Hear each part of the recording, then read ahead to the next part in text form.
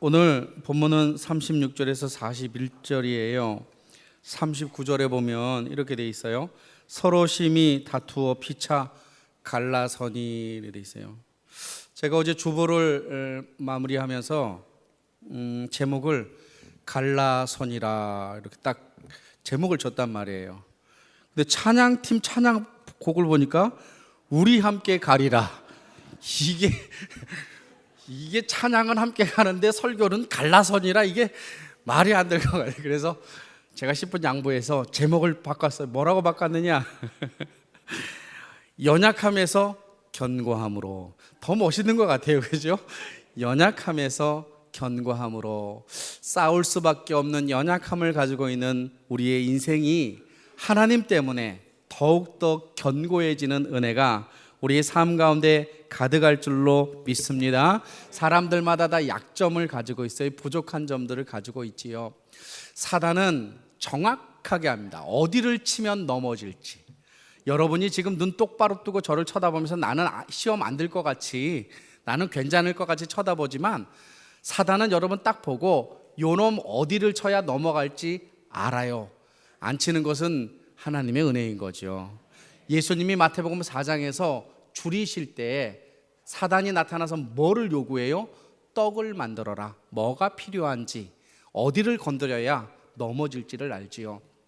에스라서에 보면 4장 23절에 보면 사마리아에 살고 있었던 르훔과 심세, 이런 사람들이 예루살렘 성이 재건되고 예루살렘 성벽이 재건되는 걸 원치 않았어요.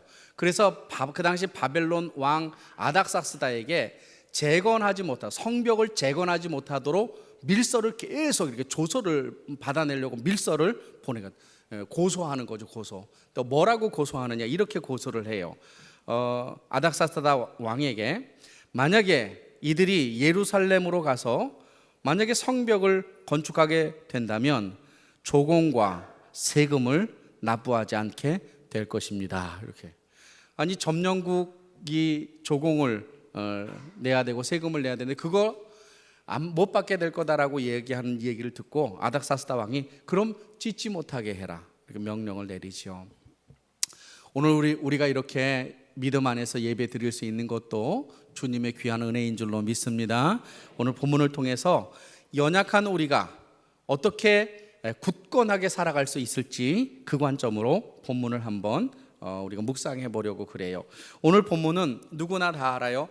예루살렘 교회에서 이방인들이 예수 믿는 것, 오직 예수로만 구원 얻는다라고 하는 그 얘기를 듣고 이건 아니다. 예수를 믿어서 구원 얻는 거는 좋지만 우리 유대인들은 예수 믿어 구원 받으려고 구약 성경부터 몇 천 년을 말씀 앞에서 율법 안에서 이렇게 열심히 살아왔는데 개만도 못한 지옥의 불쏘시와 같은 이방인이 예수를 저렇게 쉽게 믿는다? 우리는 용납할 수 없다. 그래서 예수도 믿고 율법도 행해라. 이 논지가 이 사도행전 15장에서 계속 일어났었지요. 이때 바울과 바나바가 한 마음이 되어서 정말로 입의 혀와 같이 한 마음이 되어서 예루살렘 교회에 가서 이방인들이 예수 믿은 것 하나님의 은혜이고 너희들이 성령 받은 것과 이들이 성령 받은 것 똑같다, 인정하라 라고 해서 이방인들의 구원관을 정립시켜준 장이 15장. 어찌 보면 이방인들의 구원관이 아니라 우리에게 구원관이 확실하게 정립된 장이 이 사도행전 15장입니다. 그래서 아주 사도행전 15장은 중요한 장이죠. 그렇게 한 마음 하나 한 입이 되어서 어려움을 극복했던 그들이 며칠 지나서, 오래 가지도 않아, 몇 달이 되어서 몇 년이 되어서도 아니라 며칠 되어서 그만 싸움을 벌이고 말았어요. 36절 며칠 후에 밑줄 그어놔야 됩니다. 우리가 견고한 것 같지만 우리가 순식간에 넘어질 수 있습니다. 며칠 후에 바울이 바나바에게 아주 좋은 비전을 이야기합니다. 무슨 비전을 얘기하느냐? 우리가 1차 전도여행 2년 동안 복음을 증거하고 왔는데 그들이 믿음 생활을 잘하고 있는지, 혹시 지금 일어나고 있었던 것처럼 다른 사상, 이단 사상에 넘어가 있는지를 우리가 한번 찾아가서 살펴보자라고 비전을 제시한 거예요. 바나바가 보기에 너무 좋은 것이죠. 씨만 뿌리는 것이 아니라 그 씨를 가꾸고 세워나가는 것 참 중요하다 생각했을 거예요. 그냥 전도만 하고 사람을 데려오는 것뿐만 아니라 그 사람이 정말로 믿음의 사람이 되도록 세워주는 그 일 정말 중요해서 바나바도 예스 그랬어요. 근데 선교팀을 꾸릴 때 누가와 바나바와 바울과 함께 우리가 이번 2차 선교에는 누구를 데리고 갈 것인가를 아마 고민하게 되었던 것 같고, 이때 바나바가 마가 요한 이야기를 꺼낸 거예요. 사도행전 13장에 마가 요한이 그들과 함께 소아시아 지역으로 복음을 증거하려고 가다가 무슨 연유인지 몰라. 이 성경에는 정확하게 기록되어 있지 않으니까 예루살렘으로 돌아가 버렸어요. 그것 때문에 사도 바울의 마음이 되게 불편하고 되게 이렇게 괘씸한 마음을 가지고 있었던 것 같아요. 벌써 2년이 지난 거예요. 2년이. 그런데 바나바가 37절에 보니까 마가라 하는 요한도 데리고 가자 이렇게 요청했어요. 여러분, 마가라 하는 요한도 데리고 가자라고 바나바가 말한 것은 이미 마가 요한도 1차 전도 여행 때 그렇게 돌아온 것에 대하여 후회를 하고 있었을 거예요. 그리고 2차 전도 여행 떠날 때 자신의 그 잘못을 한번 만회해 보고자 아마 2차 전도 여행에 동참하려고 생각했을 거예요. 왜 이렇게 추측할 수가 있느냐면, 아내가 남편에게 예수 믿자고 해도 그들이 영촌이지만 예수 안 믿습니다. 부모가 자녀에게 예수 믿어라라고 말해도 자녀가 부모 혈육 관계이지만 믿지 않습니다. 영적인 것은 혈육과 관계가 없어서 바나바가 아무리 마가 요한이 그 마음을 갖지 않았을 때 생질이잖아요. 사촌일 수도 있고 팔촌일 수도 있고 정확하게는 모르지만 너 이번에 우리하고 같이 가자라고 했을 때 혈육 관계라고 예스 그러지 않을 거란 말이에요. 분명히 그는 그 1차 전도 여행 때 자신의 부족함과 2차 전도 여행에서 한번 만회해 보려고 함께 가기로 결정을 한 것이죠. 근데 바울이 거세게 반대합니다. 어느 정도로 거세게 반대를 했느냐? 오늘 본문 38절에 바울은 밤빌리아에서 자기를 떠나 함께 일하러 가지 아니한 자를 데리고 가는 것이 옳지 않다, 이건 틀렸다라고 강력하게 주장하지요. 그래서 39절에 보면 이렇게 멘토와 제자였던 관계, 바울 때문에 바나바 때문에 바울이 존재할 수 있었는데 그 멘토였던 바나바와 아주 심각하게 싸움을 합니다. 39절, 서로 심히 다투어 피차 갈라서다. 아주 강조하고 있어요. 서로 심히 다투어 피차 갈라서는 일이 되었고, 갈라서게 되자 바나바는 마가를 데리고 구브로로 가버렸고, 또 바울은 40절에 보니까 실라를 데리고 그리고 수리아와 길리기아로 떠나갔다라고 하는 이런 내용. 그럼에도 불구하고 이들이 이렇게 다투었지만 하나님은 이들을 통하여서 하나님의 나라를 견고케 만들었다는 거예요. 하나님이 우리의 연약함 속에서 하나님이 견고케 하시는 그 은혜는 첫 번째, 우리가 이 땅을 살아갈 때 선한 일에도 어려움이 있다라고 하는 생각을 놓지 않을 때, 여러분, 우리가 교회에서 믿음 생활하면서 참 힘들고 어려운 것은 복음을 위하여 일하고 또 하나님을 위하여 일하는데 교회에서도 다툼이 일어납니다. 여러분, 교회에서 악한 거 모의하고 싸웁니까? 어떻게 하면 주님께 영광 돌리기 위하여 열심히 하는데 싸웁니까? 후자지요.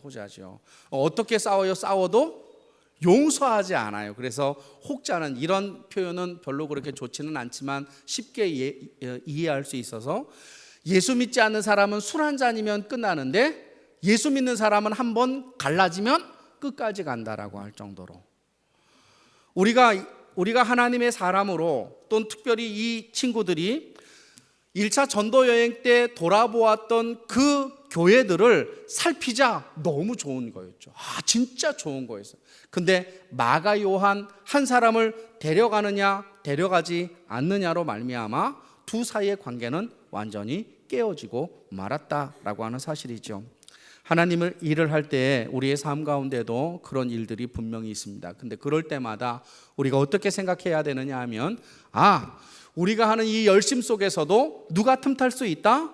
어둠의 권세가 반드시 틈탈 수 있다라는 생각을 가지고 있어야 됩니다. 특별히 특별히 오늘 본문에 보면 바울이 조금 더 이렇게 잘못 간 것 같아요. 왜? 이건 제 주관적인 편견입니다. 오늘 본문에 보면 38절에 바울은 밤빌리아에서 자기들을 떠나 함께 일하러 가지 아니한 자를 데리고 가는 것이 옳지 않다라고 주장을 했어요. 자, 뭐 때문에? 함께 일하러 갔다가 돌아가 버린 그것 때문에 그는 옳지 않다, 틀렸다라고 이렇게 규정을 해버리는 거예요. 바울은 목적 지향적인 사람입니다. 바울은 일을 맡기면 어떻게 하느냐? 사도행전 20장 21절 주의 복음을 증거하기까지 내 생명도 귀한 것으로 여기지 아니하노라. 그 사람은 목숨 걸고 일하는 사람이에요. 그러니까 마가 요한이 돌아갔다 이해가 되지 않는 거예요. 야, 어떻게 하나님의 일을 하는데 네가 중도에 하차해서 돌아가. 근데 이번에 또 가자고? 야, 지난번에도 목숨 못 걸었으면 이번에도 목숨 못 걸어. 바나바에게 얘기하는 그 애는 틀려먹었어. 안 돼 라고 이야기해요. 근데 바나바는 좀 다르죠. 바나바는 이름도 바나바의 이름은 카운셀링, 권위자, 위로하는 자. 원래 이름은 요셉입니다. 요셉. 원래 이름은 몰락한 레위 집안의 요셉이라는 이름을 가지고 있었는데 초대교회에 올라와서 사람들을 얼마나 이렇게 격려하고 사람을 세우는지 이름이 바뀌었어요. 요셉에서 카운셀러, 바나바로 바뀐 거예요. 이 바나바는 목적 중심적인 삶을 사는 것이 아니라 관계 지향적인 삶을 사는 거예요. 일이 좀 안 돼도 돼. 사람 다치면 안 되잖아. 사람이 중요하지 일이 중요하냐, 이런 거예요. 그러니까 바울의 관점에서는 바울의 이야기가 맞고 바나바의 관점에서는 바나바의 일이 맞는데 바울은 지금 그 사건을 어떻게 규정해 버렸냐면 옳다 그르다로 규정해 버린 겁니다. 여러분, 우리가 우리의 삶 가운데 어떤 일을 할 때 우리가 놓치지 말아야 할 것은 그 일이 옳다 그르다의 잣대로 평가하는 것이 아니라 그 사람은 그렇게 생각하고 이 사람은 이렇게 생각하는 다를 수 있다라는 관점을 가지고 있지 않으면 얼마든지 넘어지고 얼마든지 싸움할 수 있어요. 하나님의 일을 하면서도 서로의 관점이 다르기 때문에 부딪히고 갈라지는 일들이 있지요. 하나님이 우리에게 주신 예수 그리스도의 마음은 서로 그 자의 관점에서 수용하고 품는 것. 우리가 지난번에도 봤듯이 이방인들에게 예수 그리스도를 믿는 것, 할례하는 것, 모세의 율법을 지켜야 구원받는 것으로 우리가 인정한다라고 했을 때 야고보가 갑자기 등장해서 야, 우리도 못하는 것 쟤네에게 부탁하는 거 이거 말이 안 되지 않느냐. 그러니까 이방인들의 입장에서 구원받을 수 있는 가장 그들의 관점에서 작은 것으로 우리가 결정하자. 그래서 세워준 것 아니겠습니까? 역지사지. 이 땅을 살아가는 우리의 삶엔 공동체의 상황에서 살기 때문에 서로의 생각이 다 다를 수 있습니다. 여러분, 얼굴이 다 다르지요, 그죠? 혹시 여러분과 닮은 사람들 보셨어요?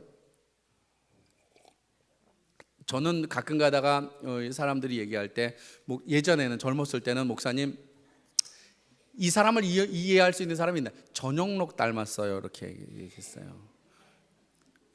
웃어버리네. 뿔테 안경 쓰고 그랬어요. 그래서 전영록 닮았다고 그랬어요. 그 다음에 조금 제가 결혼할 때 몸이 이제 53kg 뭐 이렇게 이제 얇았어요. 그때는 신승훈이가 저를 닮았다고. 비웃지 마세요. 근데 어느 날 결혼하고 한 10여 년이 지나니까 그 사람을 비하하는 거 아니지만 목사님 이동우 닮았네요 그러더라고요. 이동우 누군지 모르시죠? 개그맨. 그거는 인정해요, 그죠?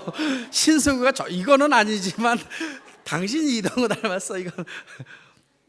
저는 저하고 비슷한 사람을 거의 본 적이 없고 저는 저하고 비슷한 사람을 찾으려고 해도 찾을 수가 없어요. 사람의 얼굴이 다 다르듯이 생각과 마음도 다 달라요. 신앙생활할 때도 역시 마찬가지죠. 하나님의 선한 일을 할 때 우리가 어려움을 겪는 것은 그 문제를 옳으냐 그르냐의 관점으로 접근하는 것이 아니라 다를 수도 있구나, 그 입장에서는 그렇게 할 수도 있구나 라고 하는 믿음의 여유, 믿음의 포용력의 관점에서 우리가 삶을 살아간다면 이런 좋은 일에 좋은 결과가 나타날 줄로 믿습니다. 그래서 디모데후서 2장 20절에는 큰 집에, 교회라고 볼게요. 교회에는 금그릇과 은그릇뿐 아니라 나무 그릇과 질그릇도 있다 그랬어요. 근데 중요한 것은 하나님이 쓰시는 거예요. 질그릇은 질그릇대로, 나무 그릇은 나무 그릇대로, 금그릇은 금그릇대로, 은그릇은 은그릇대로, 찬양대는 찬양대대로, 찬양팀은 찬양팀대로, 봉사하는 사람은 봉사하는 대로 하나님이 그렇게 사용하시는 겁니다. 주님의 이 은혜 가운데 우리가 연약하지만 정말 주께서 주시는 귀한 은혜 가운데 견고함의 자리까지 이르기를 간절히 소망합니다. 두 번째는 39절입니다. 서로 심히 다투어 피차 갈라서게 되었습니다. 그런데 여기서 갈라서다라고 하는 이 동사가 독특하게 쓰였다는 거예요. 나 그 사람과 갈라섰어 라고 표현하는 이 표현법은 문법상으로는 능동태가 많아요. 내가 저 사람 떠나가 버렸어, 내가 왔어, 내가 움직여서 갔어. 능동태는 그런 거라고 그랬잖아요. 그러니까 바울은 바울대로 가버리고 바나바는 바나바대로 지네들이 알아서 간 거예요. 이걸 문법적으로 쓸 때에는 능동태형으로 써야 되는 거예요. 근데 헬라어 문법에는 이게 수동태로 돼 있어요. 이걸 좀 비약하자면 이런 거예요. 바울도 안 갈라지고 싶고 바나바도 안 갈라지고 싶은데 갈라지게 돼버린 거예요. 이게 왜 그러느냐 하면 싸움을 심하게 한 거예요. 다툼을 심하게 한 거예요. 그래서 그 사람의 가슴에 비수를 꼽아버린 거예요. 이제 수용하고 돌아보고 돌이키려고 했더니 찌른 그 비수가 너무 큰 거예요. 너무 아픈 거예요. 돌아갈 수가 없어.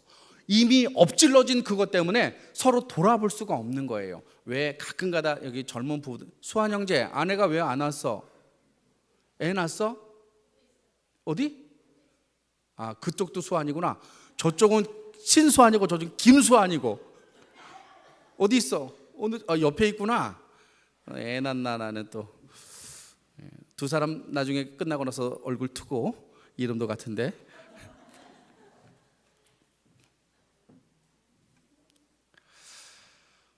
젊은 부부들이 많은데 제가 정말 부탁드릴게요. 싸울 수 있습니다. 다툴 수 있습니다. 그러나 이혼하자는 얘기는 농담으로라도 하면 안 돼. 갈라서자라는 얘기 농담으로 해서도 안 되고 각방 쓰자는 얘기 농담으로 해서도 안 됩니다. 여기 혹시 40대 50대 각방 쓰고 계시는 분들은 오늘 이후로 같이 이렇게 침대를 합치도록 해주실래요?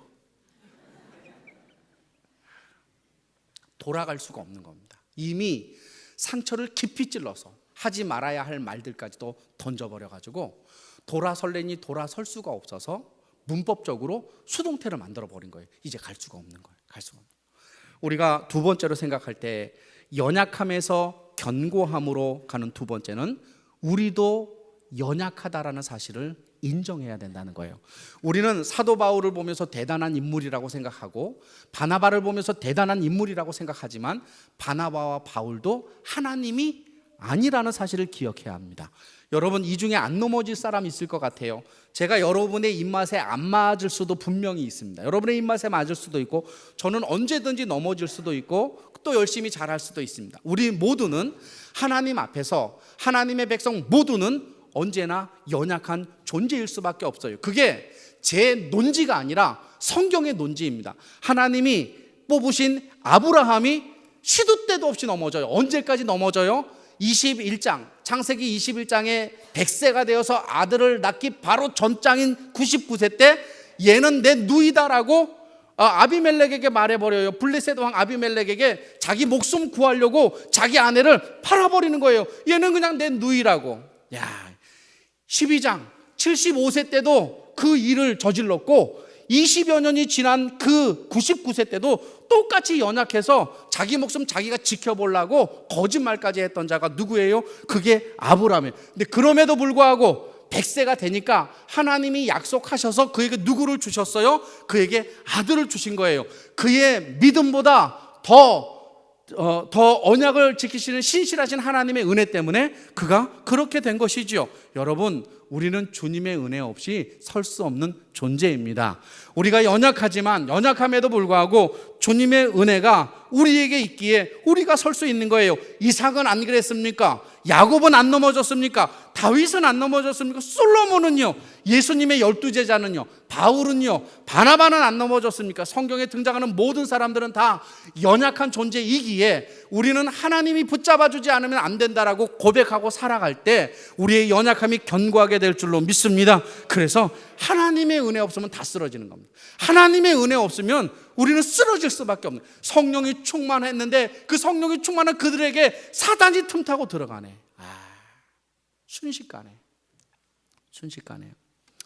이 땅을 살아가는 저와 여러분의 인생 속에도 정말로 우리가 연약하다는 걸 인정하고 내가 연약하기 때문에 주님의 은혜만을 사모합니다라고 결단하기를 축원합니다.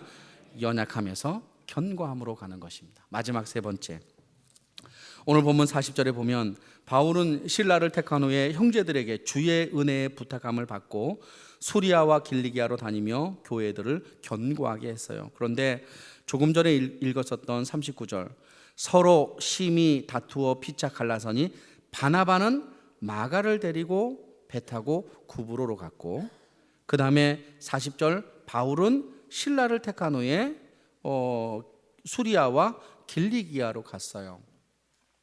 저는 이 본문을 이렇게 묵상할 때 그들이 기독교의 대표적인 인물 아니겠습니까? 정말 중요한 초대교회 인물인데 하나님은 이들이 싸울 때 왜 침묵하고 계셨을까? 거예요. 교회에서 어떤 문제 때문에 서로 이렇게 막 다툴 때 하나님이 좀 괜찮은 사람 편 들어주면 안 돼요? 꿈속에서 나타나가지고 네가 옳으니라. 남편하고 아내가 서로 이렇게 막 다툴 때 하나님이 딱 나타나서 네가 무릎 꿇어라. 그건 아닌데요. 아니, 여러분 한번 생각해 보세요. 안디옥 교회는 기도의 교회 아니었겠습니까? 그들은 성령이 충만했던 교회 아니겠습니까? 근데 둘이 막 싸우고 있는데 안디옥 교회는 침묵하고 있네. 하나님, 성령님 그동안 그렇게 메시지를 주고 음성을 주고 가라 말라고 그러셨는데 이번에 그들이 그렇게 싸우는데 하나님이 침묵하고 계시네. 제가 그런데 이 말씀을 이렇게 꾹 묵상하면서 하나님은 침묵하고 계시지 않았구나를 생각하게 되었어요. 왜냐하면 바나바는 마가를 데리고 그리고 갈라서서 구브로로 가서 그가 제야에 묻힌 것이 아니라 바나바는 바나바대로 하나님의 음성을 듣고 그의 사명을 감당하는 일을 해요. 특별히 고린도 후서 한번 펴볼까요? 중요한 구절은 고린도전서 9장. 고린도전서 9장.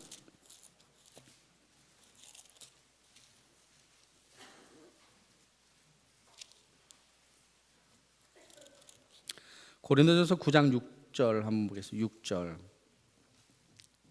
5절부터 제가 읽어볼게요.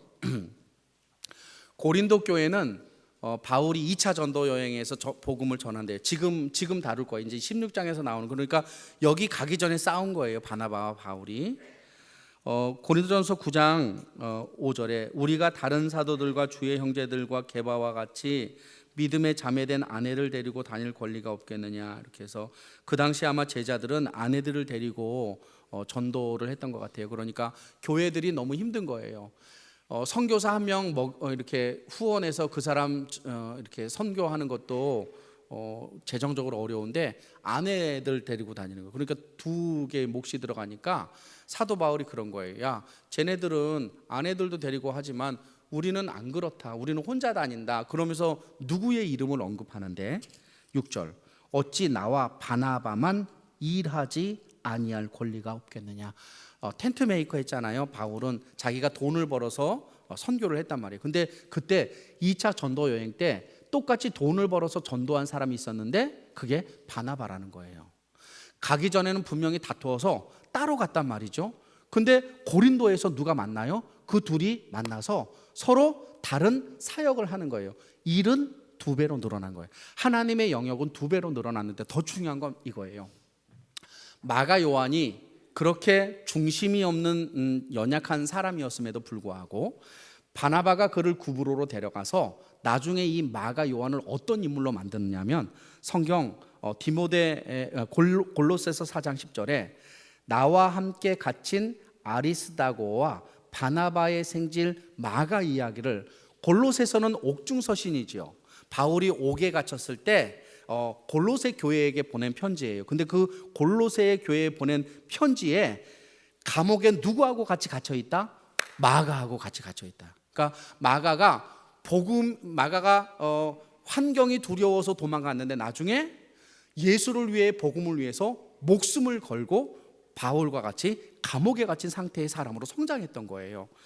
디모데후서 4장 11절에는 누가만 나와 함께 있느니라, 그 앞에는 세상을 사랑하여 떠나고 도망간 사람들의 이름을 막 기록했다가 바울이 디모데후서는 바울이 마지막 죽을 때 쓴 거예요. 마지막 디모데후서 4장 11절 누가만 나와 함께 있느니라, 내가 올 때에 마가를 데리고 오라, 저는 나의 일에 유익하다라고 이렇게 표현을 했어요. 그러니까 우리가 생각할 때 이들이 서로 다투고 갈라서고 그들의 연약함을 보이는 것으로 성경이 마지막으로 끝난 것이 아니라 하나님은 그들의 연약함을 통하여 새로운 일을 시작하셨다는 거예요. 우리가 생각하기에 다툼과 분리는 이것이 부정적이고 끝나는 거다라고 생각하지만 이들의 삶 속에 바울과 바나바는 바나바로서 하나님이 사용을 하시고 바울은 바울로서 하나님이 사용하신 것이죠. 우리의 연약함에서 우리가 견고하게 갈 수 있는 것은 우리의 연약함이 마지막이 아니라 그 연약함 속에서 새로운 일을 하시는 하나님이 계시기에 우리의 연약함 속에서도 견고한 은혜가 있게 될 줄로 믿습니다. 그래서 뭐를 자랑해야 돼요? 나의 부족함, 나의 연약함을 자랑. 하나님은 그 연약함을 통해서 다시 한번 우리를 통해서 그의 나라를 확장하실 줄로 믿습니다. 기도 한번 할까요? 기도 한번 합시다. 주님, 우리는 여전히 연약하지만 주님이 우리를 붙잡고 계시기에, 그리고 주님은 이 연약한 자들을 통해서 새로운 일을 하시기에 우리가 이렇게 견고하게 있음을 고백합니다. 우리를 도와주시옵소서. 기도합시다.